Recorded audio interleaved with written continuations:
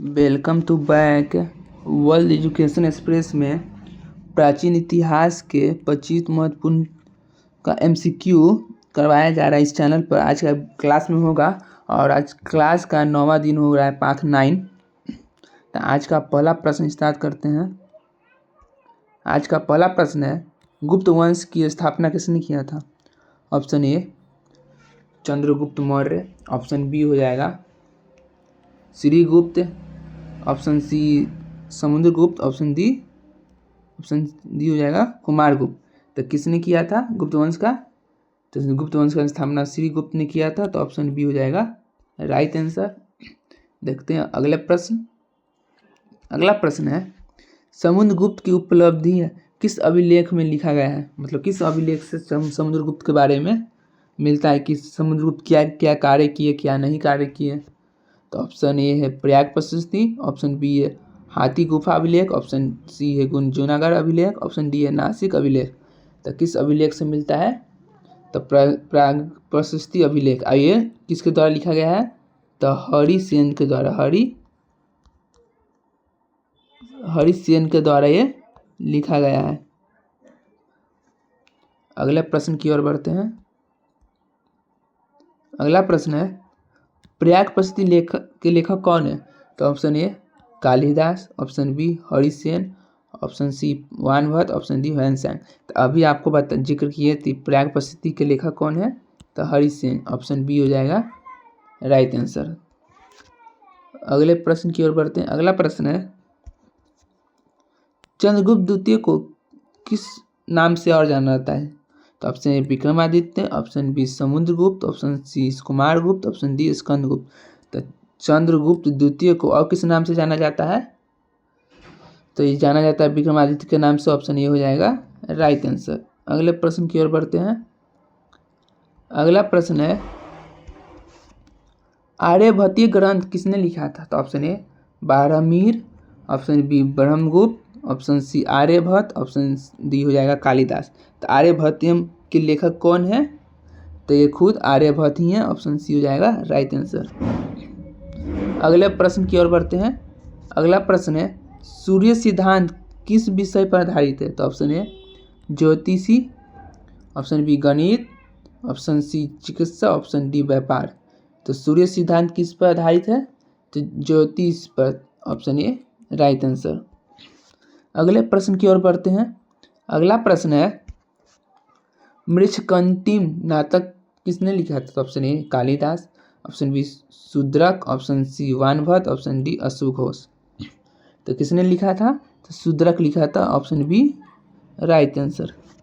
अगले प्रश्न की ओर बढ़ते हैं। अगला प्रश्न है, देवी चंद्रगुप्तम किसकी रचना है?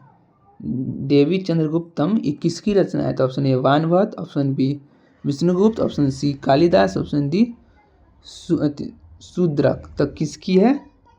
तो ये है Vishakhadatta, option B right answer. अगले प्रश्न की ओर बढ़ते हैं। अगला प्रश्न है, मुद्रा राक्षस नाटक किसने लिखा था? Option A Chandragupta Maurya, option B Samudragupta, option C Vikramaditya, option D Harshavardhana. तो मुद्रा राक्षस नाटक किसने लिखा था? तो चंद्रगुप्त मौर्य ने लिखा था, option A right answer. Option A हो जाएगा राइट आंसर। अगले प्रश्न की ओर बढ़ते हैं। देखते हैं अगला प्रश्न क्या है। अगला प्रश्न है, ब्रह्मगुप्त किस क्षेत्र के प्रसिद्ध विद्वान थे? ऑप्शन ए रसायन, ऑप्शन बी गणित, ऑप्शन सी भूगोल, ऑप्शन डी इतिहास। तो किसके प्रसिद्ध थे? तो गणित के थे, ऑप्शन बी हो जाएगा राइट आंसर। अगले प्रश्न की ओर बढ़ते हैं। अगला प्रश्न है, गुप्त काल को किस और नाम से जाना जाता है? तो ऑप्शन ए स्वर्ण युग, ऑप्शन बी लोह युग, ऑप्शन बी कांस्य युग, ऑप्शन डी पाष युग। तो गुप्त काल को किस और नाम से जाना जाता है? तो स्वर्ण युग के नाम से जाना जाता है, ऑप्शन ए हो जाएगा राइट आंसर। अगला प्रश्न है, अगला प्रश्न, फयान भारत कब आया था? तो फयान भारत कब आया था? तो 399 में, 261 में, 445 में, 25 में या 550 में। तो फयान भारत कब आया था? फयान भारत 399 में आया था, तो ऑप्शन सी हो जाएगा, ऑप्शन ए हो जाएगा राइट आंसर। अगले प्रश्न की ओर बढ़ते हैं। अगला प्रश्न है, फयान भारत किस शासक के समय आया था? ऑप्शन ए चंद्रगुप्त प्रथम, option B Samudragupta, option C Chandragupta द्वितीय, ऑप्शन डी कुमारगुप्त। तो फयान भारत किसके समय में आया था?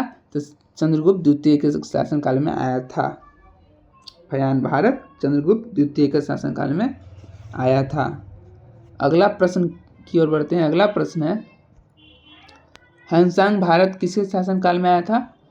तो option A Samudragupta, option B Harshavardhana, option C Ashoka, option D Kanishka.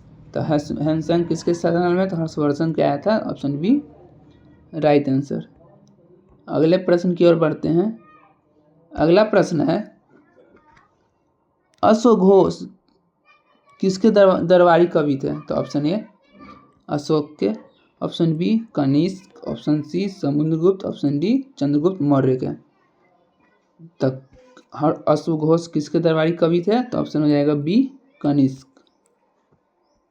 अगले प्रश्न की ओर बढ़ते हैं। अगला प्रश्न है, बोधचरित ग्रंथ किसने लिखा था? Option A Vanabhatta, option B Ashok, option C Kalidas, option D Nagarjuna. तो बुद्ध चरित्र के लेखक कौन है? तो Ashok Ghosh. Option B right answer.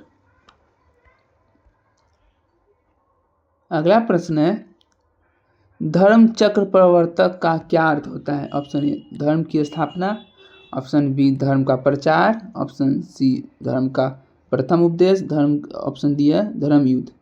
तो क्या होता है? तो धर्म का प्रथम उपदेश, धर्म का प्रथम उपदेश होता है। तो ऑप्शन सी हो जाएगा राइट आंसर। अगला प्रश्न है, महाजनपद काल किस युग से संबंधित है? ऑप्शन ए वैदिक युग, ऑप्शन बी उत्तर वैदिक युग, ऑप्शन सी मौर्य काल, ऑप्शन डी गुप्त काल। तो किस काल से संबंधित है? तो उत्तर वैदिक काल से संबंधित है। ऑप्शन बी हो जाएगा राइट आंसर। अगला प्रश्न है, अवतारवाद की संकल्पना किस धर्म में है? ऑप्शन ए जैन धर्म, ऑप्शन बी है बौद्ध धर्म, ऑप्शन सी वैदिक धर्म, ऑप्शन डी इस्लाम धर्म। तो अवतारवाद की संकल्पना किस धरती से लिया गया धर्म से? तो ऑप्शन सी हो जाएगा वैदिक धर्म, ऑप्शन सी राइट आंसर। अगले प्रश्न की ओर बढ़ते हैं। अगला प्रश्न है, कपिल किस दर्शन के प्रवर्तक थे? ऑप्शन ए न्याय, ऑप्शन बी सांख्य, ऑप्शन डी सी मीमांसा, ऑप्शन डी योग। तो किसके थे? तो सांख्य। ऑप्शन बी हो जाएगा राइट आंसर। पतंजलि किस विषय से संबंधित है? ऑप्शन ए योग, ऑप्शन बी व्याकरण, ऑप्शन सी दोनों, ऑप्शन डी इतिहास। तो पतंजलि किससे संबंधित है? पतंजलि योग से भी संबंधित है और व्याकरण से भी संबंधित है। पतंजलि योग और व्याकरण दोनों से पतंजलि संबंधित है। तो ऑप्शन सी हो जाएगा राइट आंसर। अगले प्रश्न की ओर बढ़ते हैं। चरक सहायता किस विषय पर है? ऑप्शन ए ज्योतिष, ऑप्शन बी गणित, ऑप्शन सी चिकित्सा, ऑप्शन डी व्याकरण। तो चरक सहायता किससे संबंधित है? तो ऑप्शन सी हो जाएगा राइट आंसर, चिकित्सा। अगला प्रश्न की ओर बढ़ते हैं। अगला प्रश्न देखते हैं क्या है। अगला प्रश्न है, सुश्रुत किस क्षेत्र से प्रसिद्ध है? आयुर्वेद, ऑप्शन बी है खगोल, ऑप्शन सी है भूगोल, ऑप्शन डी है राजनीति। तो किससे संबंधित है? तो खगोल से संबंधित है। ऑप्शन बी हो जाएगा राइट आंसर। अगला प्रश्न की ओर। अगला प्रश्न है, रामायण के लेखक कौन है? Option A Ved Vyas, option B Valmiki, option C Kalidas, option D Bhasa. तो रामायण के लेखक कौन है? रामायण के लेखक वाल्मीकि हैं। ऑप्शन बी हो जाएगा राइट आंसर। अब इस क्लास का आज का अंतिम प्रश्न आप लोगों को सामने आ रहा है।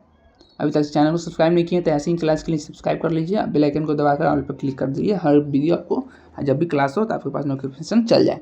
महाभारत के रचयिता कौन है? Option A Valmiki, option B है वेद व्यास, ऑप्शन सी है कालिदास, ऑप्शन डी शूद्रक। तो महाभारत के रचयिता कौन है? तो महाभारत लिखा गया वेद व्यास के द्वारा। तो ऑप्शन बी हो जाएगा राइट आंसर। आज का आपको क्लास कैसा लगा? आई होप कि क्लास अच्छा लगा होगा। चैनल को अभी तक सब्सक्राइब नहीं किए हैं तो सब्सक्राइब कर लीजिए ऐसी ही क्लास के लिए। आप क्लास को लाइक कर लीजिए, अभी तक लाइक नहीं किए हैं तो आपका एक लाइक से हमें बहुत मोटिवेट मिलता है, आपके लिए अच्छे अच्छे प्रश्न लाते हैं। तो आज का क्लास यहाँ पर ही ख़त्म करते हैं। मिलते हैं अगले क्लास में।